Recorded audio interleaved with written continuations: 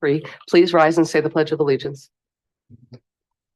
I pledge allegiance to the flag of the United States of America, and to the republic for which it stands, one nation, under God, indivisible, with liberty and justice for all.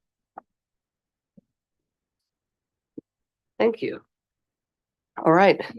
Mr. Allen, would you please review the agenda for us?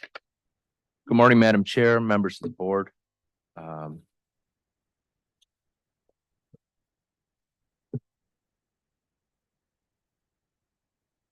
think I've handed you.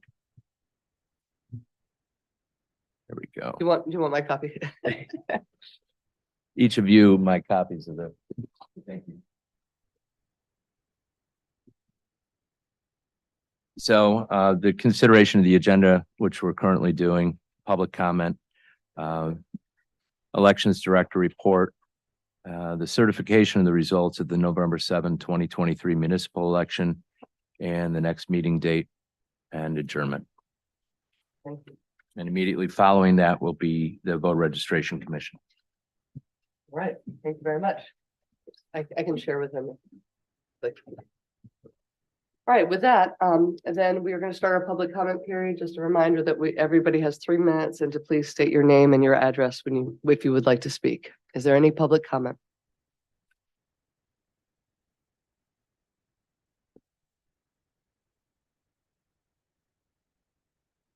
I'm looking for the clock. I don't see it on the I know it's screen. not up there. Sean, do we have the clock? All right. My name is Karis Coker, 836 Concord Road, Lynn Mills. And whether or not this is a good morning remains to be seen.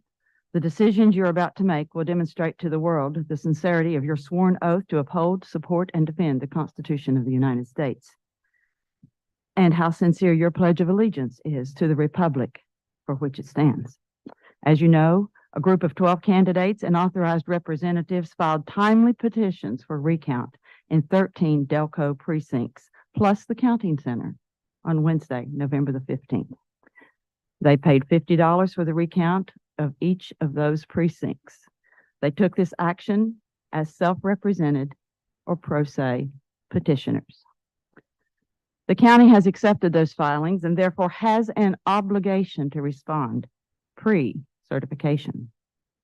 The petitioners are Joy Schwartz, Bill Denon, Paul Rumley, Kathy Buckley, Tina Hamilton, and other school district candidates from Upper Darby and Middletown Township, as well as Leah Hoops and Greg Stenstrom.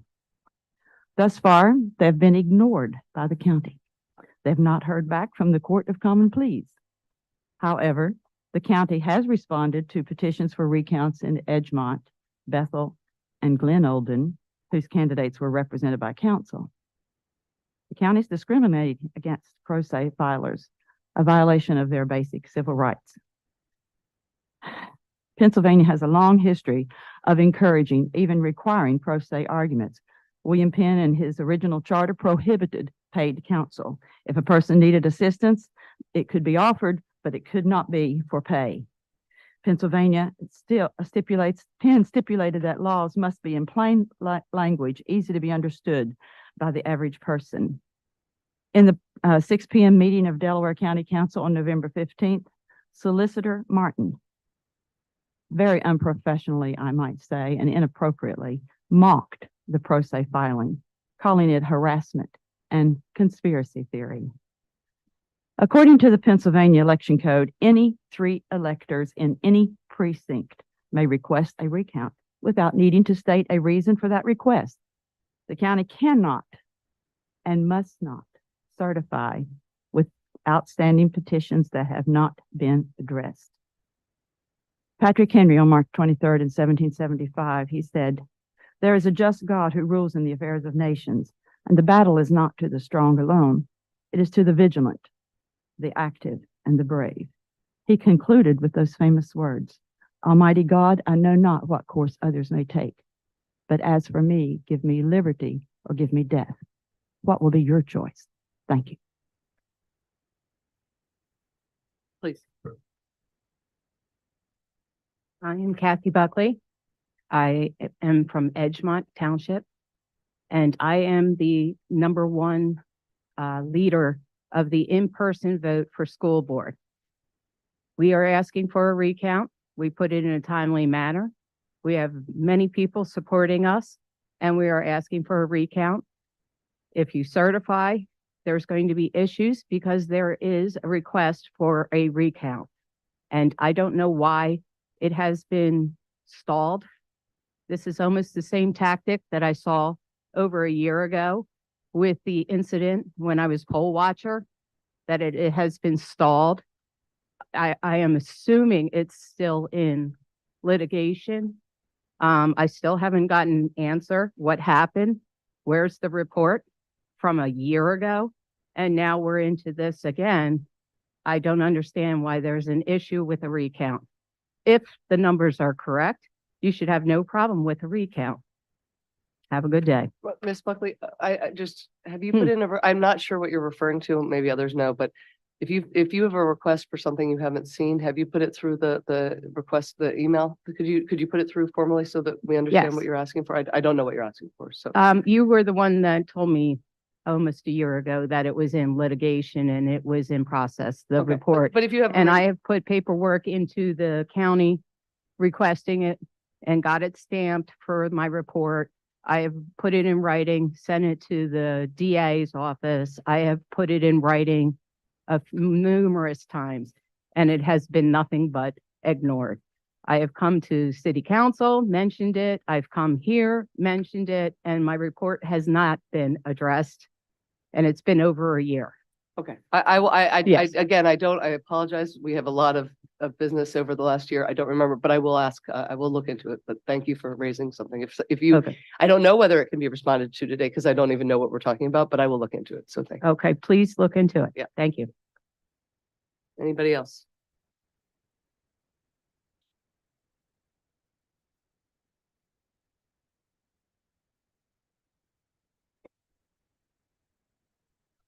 Hi, my name's Christine Ruther. I will use this building as my address, although I live in Wallingford, Pennsylvania. I just wanted to say thank you to the election staff for another really smooth election. I know that it's never easy. These are an exercise in sort of orchestrated chaos, but making sure that everybody gets what they need to enable our, legally registered voters to have their ballots cast and counted is an incredibly important exercise, maybe the most important thing we do in county government. So I just wanted to thank our staff, many of whom are here today, for the work that they put in, and obviously the election board for their service. It is hugely important, and not everybody is going to be happy. Not everybody likes the fact that they win in person and lose by mail-in ballots, but the state right now legally provides for mail-in ballots, and people who avail themselves of that opportunity to legally cast their votes are entitled to have those votes counted. So that's how the cookie crumbles, as it is.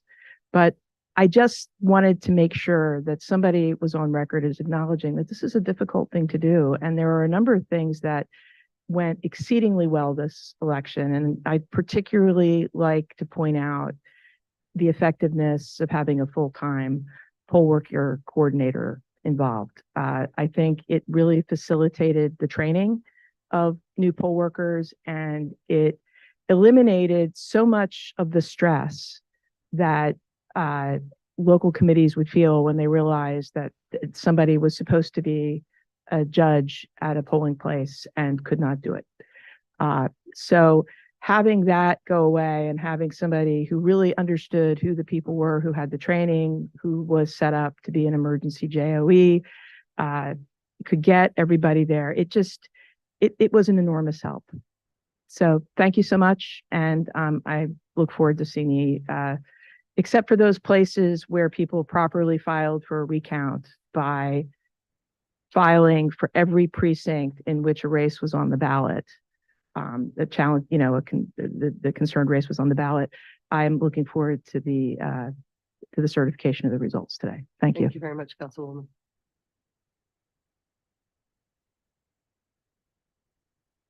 Good morning, Joy Schwartz from Drexel Hill.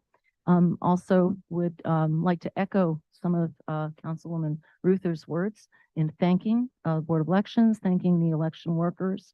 You folks worked very, very hard, and I really do appreciate all the work that you've done. Thanks also out there to all the people that have manned the polls and worked very, very long hours. As you folks know, I was a candidate in this election and did not prevail. I want to just clarify a few things. One of them is that I have been also a speaker very often here at the Board of Elections and at county council meetings addressing election concerns. I will continue to address those election concerns as I see them, and I continue to have those concerns concerning the way, not so much, I understand we can't do anything about the mail-in ballots. We can't, that's the law. We have the mail-in ballots. However, the way those mail-in ballots are processed in our county is, in my opinion, problematic based upon my observations. That's all I'm going to say today, but thank you very much.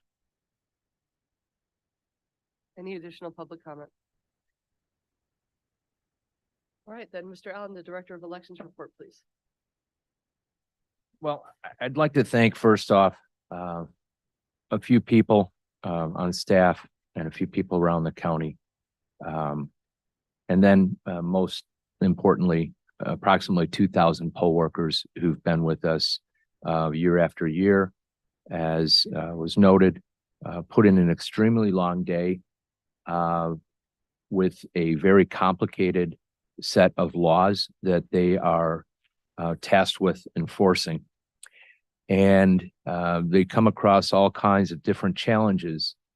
And the most gratifying thing that we have heard over and over again from Republican and Democratic alike poll workers is that each election gets better, whether it's the drop off on election night. Crystal and deserves a lot of credit for that, as well as project manager Gene Flashute. But the poll pads, it was not flawless, but it was darn near. And as a result, we had 168 precincts, the voter history downloaded thanks to the work of Rob Wright and the staff under Lorene and Amanda. We had 168 precincts. The voter history loaded even before we had the provisional ballots finish the review. So Crystal's team normally has to finish the provisional ballots ballot review immediately after Election Day. They start on Wednesday, and they did that process, and it went extremely smoothly. But still, that carries them into Friday.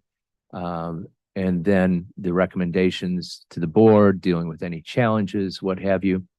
And only after the board makes its decisions on all the challenges for the provisional ballots can they begin to possibly tackle the scanning of the paper poll books, one entry at a time, page by page, making sure that they get every single voter logged in.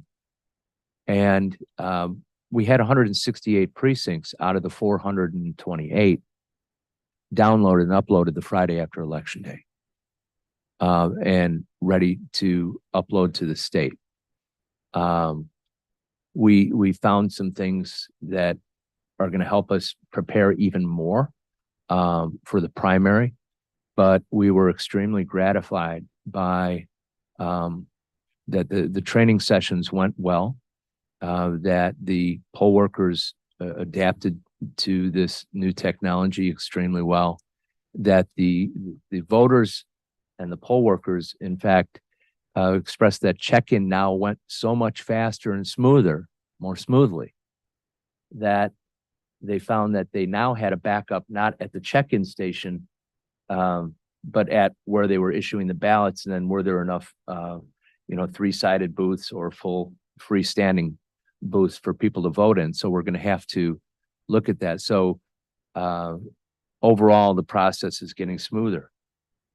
But you need to recognize Rob Wright our IT liaison, Laureen Hagan, who heads up the bureau out in Chester, and all the application processing and vote by mail processing out there.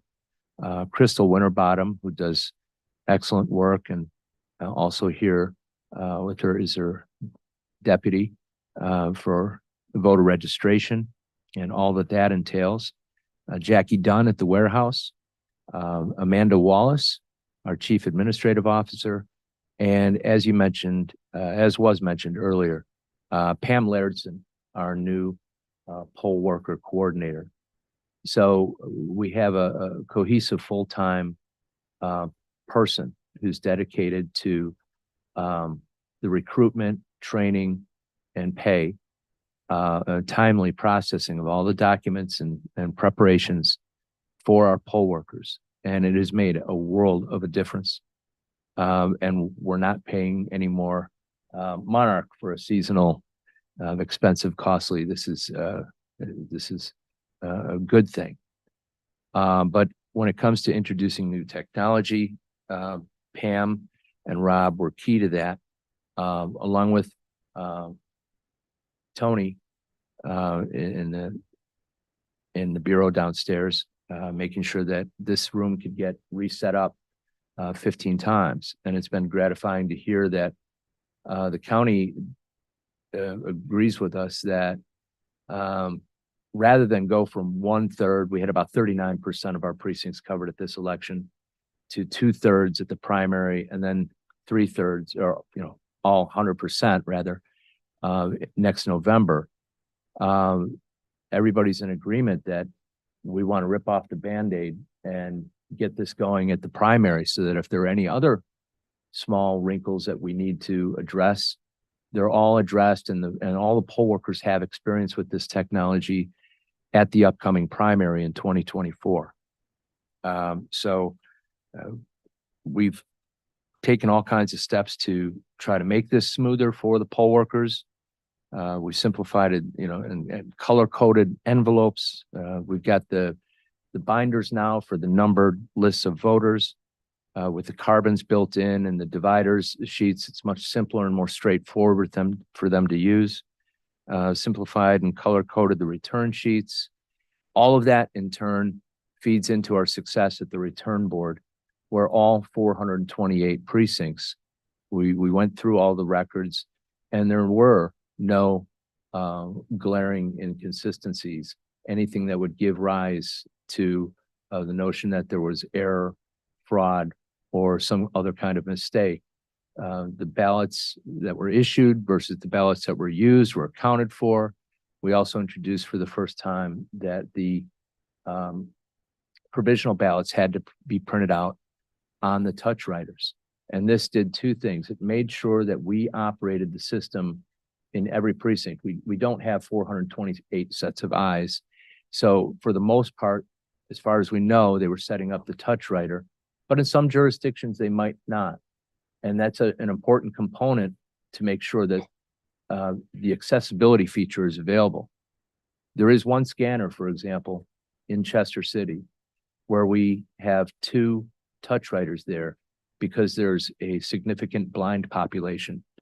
And they use those touch writers, which have the headset and give the audio ballot and allow those voters to vote independently and privately. And now we're at 100%, where the touch writers are being set up everywhere, because that's the only way they're going to print out a provisional ballot. And that's the way the system was designed. And that makes sure that we don't have to remake the provisional ballots afterward, because the provisional ballots that print on the touch writers will scan at the central count. They will not scan on the precinct count. So we're moving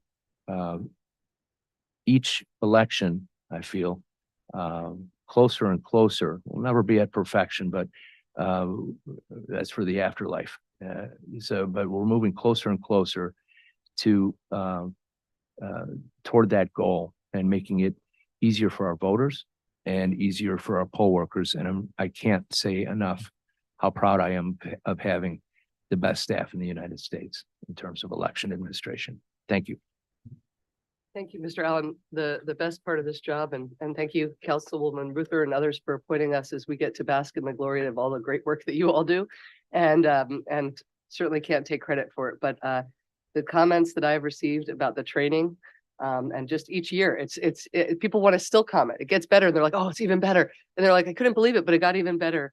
And that's just the beginning. And then the smooth election during the course of it. I think all of us, I can't speak for my other board members, but I'm not receiving the frantic calls from saying, hey, there's a problem here or there's a problem there. In fact, the one place that there was a problem, we all know about it, it made national news, was so well handled by this team with the plans that you had made, the warehouse staff, by the judge of elections and the other judge of elections whose precinct we went into, that I'm getting, people are saying, great job in Radnor, Ashley, you were down there. But I'm thinking everybody else just did such a great job of laying amazing plans to make sure that we were able to help people vote, even in a crisis situation, which I consider that to have been.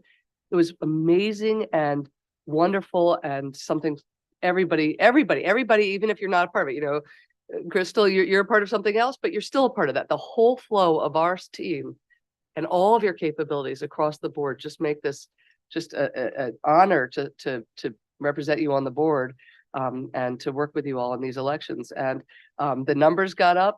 We're really doing well on how fast we're able to process numbers, because I think poor Jerry's not here to get the calls saying, where are the numbers? Where are the numbers? But that's because there aren't those calls coming in the same way.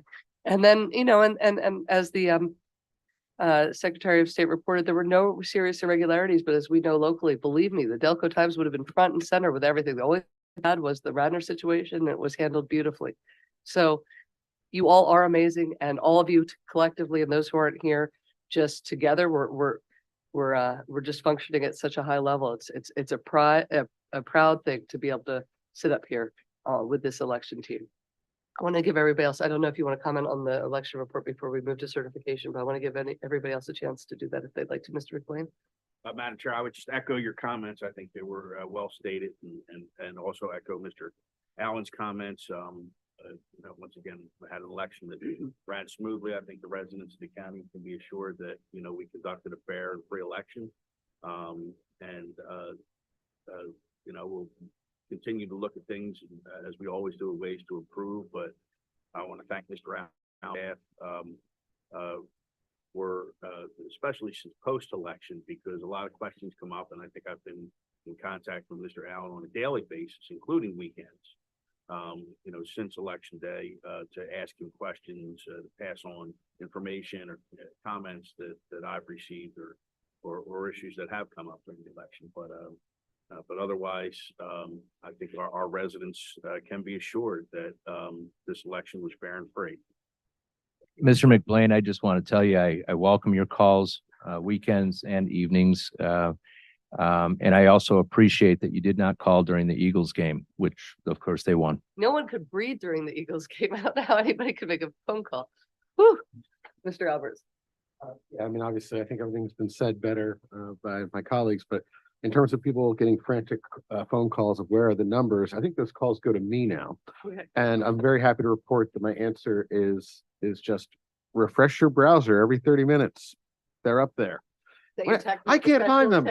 Clear your cookies, clear your cache, then refresh your browser. Oh, so it's a much easier way to answer that question. So I really do appreciate. And of course, when I go to the wharf and I see you all, just head down, moving and grooving, getting it done. It's very easy for me to project confidence and then have it validated when people see the results a half hour later and they stop calling me and I get to go to bed at a decent hour. So I appreciate the hard work that everyone does. Actually, I will add that, normally when I make the rounds, in my previous capacity before I was on this board and in various capacities, I would talk to poll workers. Inevitably, there'd be like a litany of complaints. So, why didn't you do this? And now what I get is a couple, usually words of praise followed by but if you could do this, it might be even better, like productive suggestions. Like I get the impression that they no longer feel like they are these benighted people who aren't getting respect. I think they feel like they're part of a team, and that if they give feedback, it will be heard, because when they have given feedback, it has been heard. And I do appreciate to watch that in from cycle to cycle hear that feedback at the polls and then watch it appear in the training in the next cycle. So it's just been, as the non-lawyer on the board, the advocate for the common poll worker, it's very gratifying to see that transition. So Speaking of feedback, and so I can save Tony Oriente and Pam any more phone calls. We have received word from the controller's office that the checks should be available and going out early next week for the poll workers. So we're very pleased that we've also made progress on that front as well. That's amazing and that's important. So thank you. Thanks to the controller's office also for working with us on that process. That's our fastest ever, right? Last May was the fastest ever, but there wasn't a Thanksgiving week in the middle of it. So, Sorry, got excited. All right. So I just want to, before we go into the certification results of the November 7th, 2023 municipal election, I just want to say that we did hold, the reason we started late was we held an executive session to discuss with our solicitor some questions around process for this, for what we're going to do next. And I think there are some well-presented questions that we need to discuss. And I think, Mr. Solicitor, if you wouldn't mind just walking through, you know, recognizing that there's court action and potential for litigation, just mindful of what your recommendations are on the certifications, which ones can be certified, which ones may have an agreement not to be certified, and we'll move from there. Happy to do so, Madam Chair. Just to orient the board and everyone else who's watching to what the state of the law is in Pennsylvania as regard to recounts. We have to look first at section 25 of the Pennsylvania statutes. It's section 3263, and in subclause 1, it sets forth the valid requirements to file a recount, which says that except as set forth in subclause 2, a recount or recanvass shall include all election districts in which ballots were cast for the office in question, and petitions accompanied by the appropriate money or bond must be filed in each election district in accordance with this act, meaning the election code. Subclause 2 of that section clarifies that subclause 1 shall not apply only if a petitioner under section 1701 or 1702 pleads that a particular act of fraud or error occurred and offers prima facie evidence in support of that allegation. And that's been the subject of significant litigation over the past several years. And in the spring, the Pennsylvania Commonwealth Court clarified the meaning of this procedurally in the cases in re recount of Berks County general election on November 8th, 2022, found at 296 Atlantic Reporter 3rd, page 64. And on page 68 of that decision, the holding of the Commonwealth Court says that the court concludes that the petitioners needed to, 1, file their petitions as to each election district in which ballots were cast for the offices in question, or 2, plead and offer prima facie evidence that a particular act of fraud or error occurred. And it's our belief that to have a valid recount petition, you need to meet one of those requirements. I also understand that there's some concern about a separate code section that I would just like to address. This is found at 25 Pennsylvania Statute, section 3154, subsection F. And it's very long, so I'm not going to read the whole thing, but I'll read the part that was brought to my attention. It says, at the expiration of 5 days after the completion of the computation of votes, in case no petition for a recount or recanvass has been filed in accordance with the provision of this act, or upon the completion of the recount or recanvass, if a petition therefore has been filed within 5 days after the completion of the computation, the county board shall certify the returns so computed in said county in the manner required by this act, unless upon appeals taken from any decision, the Court of Common Pleas shall have directed any returns to be revised. Or in case of a recount, errors in the said returns shall have been found, in which case said returns shall be revised, corrected, and certified accordingly. And the key phrase again here is at the beginning of this sentence, it says, in case no petition for a recount or recanvass has been filed in accordance with the provisions of this act. You'll notice it mirrors the language of the statute saying that the petitions need to meet those two requirements. One of those two requirements that I just discussed in order to impact certification. My understanding based on my conversations with Mr. Allen is that we did have some petitions that were filed that met these requirements, and I believe Glen Olden, Edgemont, and Bethel Township. And based on those discussions, I believe those races are not being certified, and or at least that is our recommendation. For other petitions that don't meet those requirements because they're not filed within the requirements of the act, we don't believe that section 3154 is an impediment to certification based on our evaluation. And Mr. Allen, would you just please, as to the petitions that the solicitor mentioned as being filed that are for consideration for not certifying the election, could you please present those to us formally?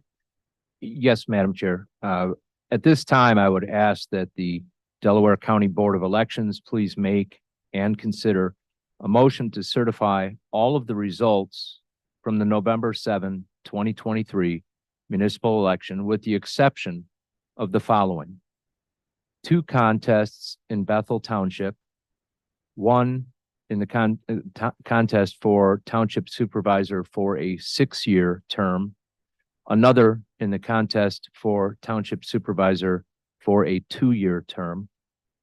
Next, the contest for Edgemont Township for the office of Township Supervisor for a 6-year term. And lastly, the contests for 4 members of council for Glen Olden Borough to 4-year terms.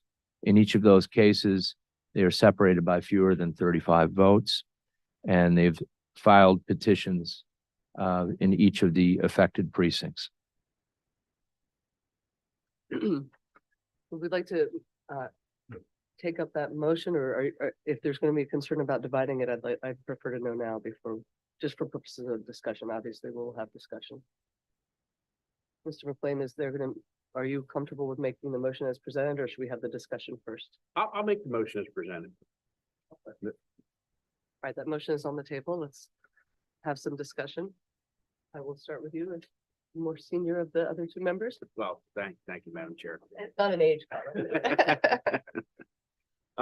Yeah, so I did raise this issue. I mean, generally speaking, and let me say this, I've been looking at the election code since 1990 or 92.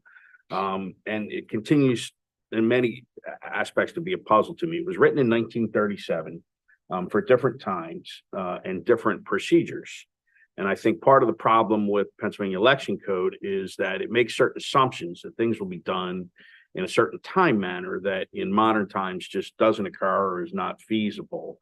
And we were talking there. So, you know, my experience had always been that, you know, we do not certify elections while there were petitions for recount or recanvass pending, unless the court in those situations granted us the authority to accept whatever jurisdictions were being recounted or recanvassed, or there was some agreement to do so. I think that the election code, my view of it, perceives that if somebody files a petition for a recount, a court will, I mean, the election code actually talks about the judge supervising the recount. You know, that you would actually bring the matters to the court. The court would sit there and recount it. And obviously that's not how modern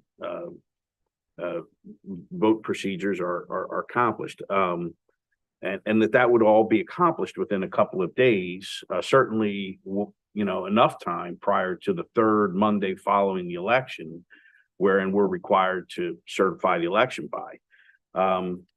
There's also, even though it talks about that in the section that deals with objections that are, or not objections, but petitions for recount or recanvass. The same section indicates that that request may be made to the court up to 4 months after the election's over, which certainly is in conflict with our obligation to certify the election by the 3rd Monday following the election. And then you read the case. I'm familiar with the case Mr. Centrella talked about, and you know there's differing language in that case. The Commonwealth Court in that case said that that was actually a combined case for Berks County and Bucks County to look at the same issue, and They did not certify because there were objections that were still pending, and the court said that they weren't able to do that at that time. So, but I sort of, go back and forth here. As my understanding, I have not read the specific request for recount, but I understand it to be, other than the specific ones dealing with the local races, this one deals with county races, or these requests deal with county races. And they're in 14 or 16 precincts, whatever the number was. I also look and see that there were, what the results of the election were. And in fact, if every vote for one party were switched to the other party in those 14 or 16 precincts, it still wouldn't affect the outcome of the election. With all that, I will vote to certify the election. I think that we should, clarify our procedures, for the future. I alluded to it last week. Perhaps, we lend a lot of assistance, to our voters and to candidates on our website.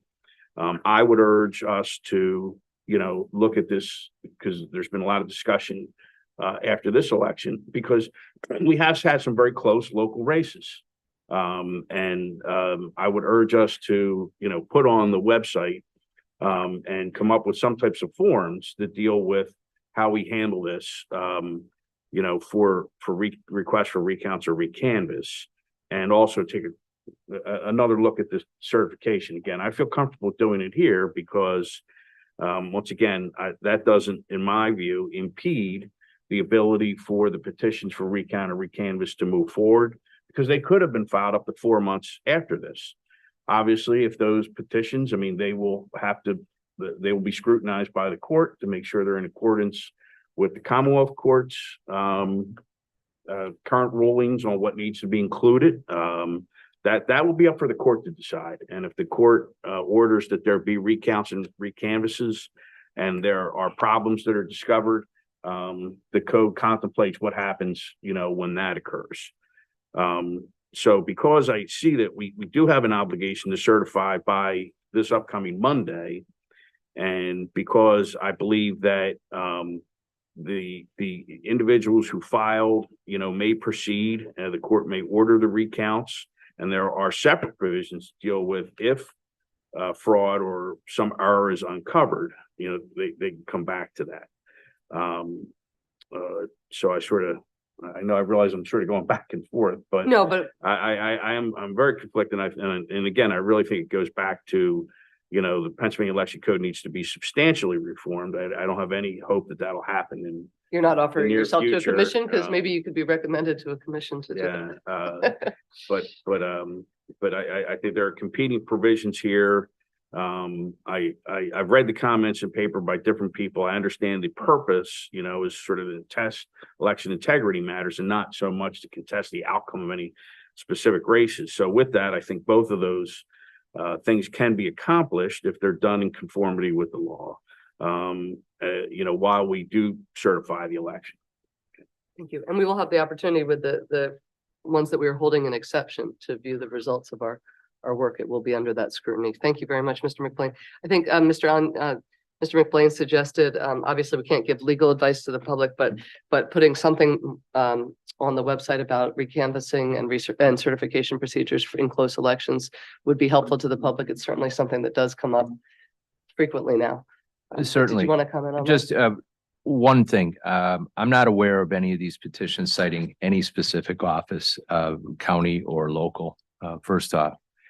Second thing, I confess that in the motion that I suggested just now, I may need you to consider also an amendment to reflect the write-in votes, the write-in results, where there was a successful write-in campaign for Sean Sheehan for 4-year term on the Rutledge Borough Council, and for Vaughn Johnson for a 2-year term on the Rutledge Borough Council. And I'm sorry, Mr. Allen, Did you mention to me offline that there's a tie in a write-in election or?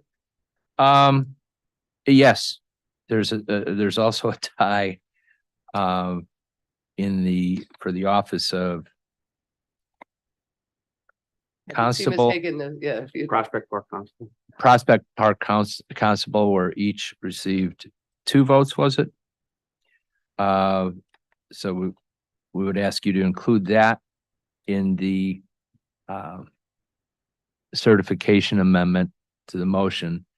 But we would have to conduct a drawing of lots after we contact both and determine whether both actually desire to serve in that office. So that one's an interesting one. okay, so just to be clear, are we needing to amend the motion as presented to include any of these? The counting of lots, the casting of lots, I think occurs afterwards. I believe that's separate. We're certifying that there is a tie. Yeah, exactly. Petitions to accumulate irregular votes or write-in votes. We received no petitions to accumulate. Amazing.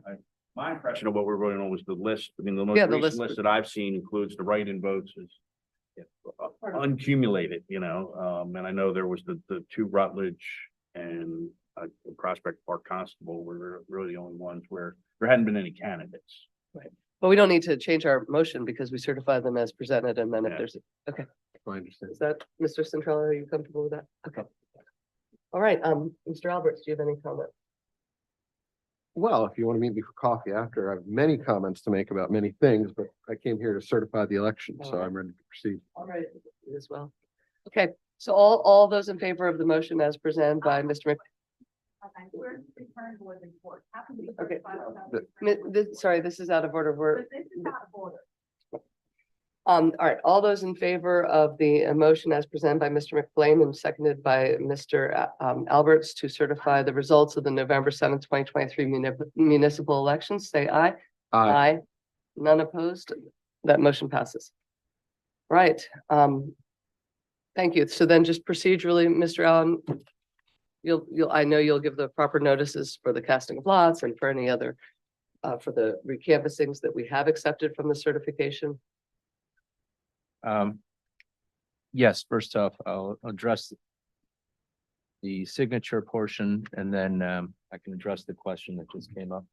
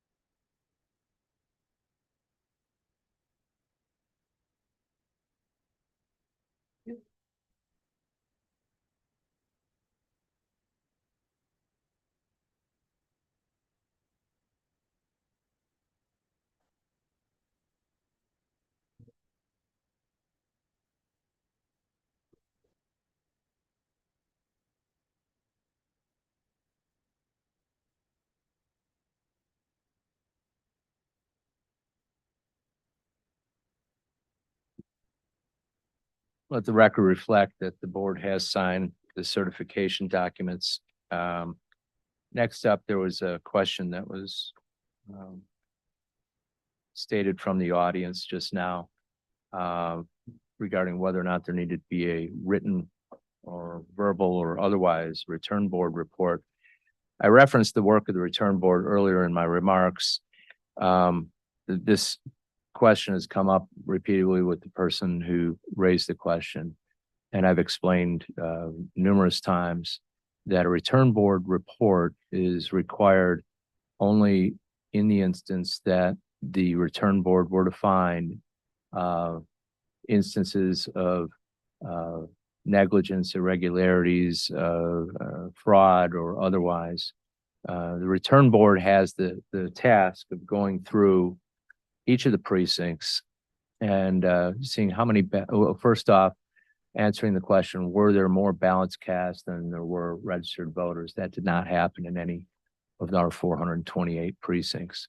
And next, going through the returns themselves, how many ballots were provided to the precinct by through the warehouse in their supply carrier, we commonly call the cage, of how many were used on election day, how many were printed on the touch writer, and then of those, how many of those printed were provisional ballots versus election day ballots, standard ballots, and then how many were cast on the scanners, and then lastly, how many were returned unused in the cages to the warehouse.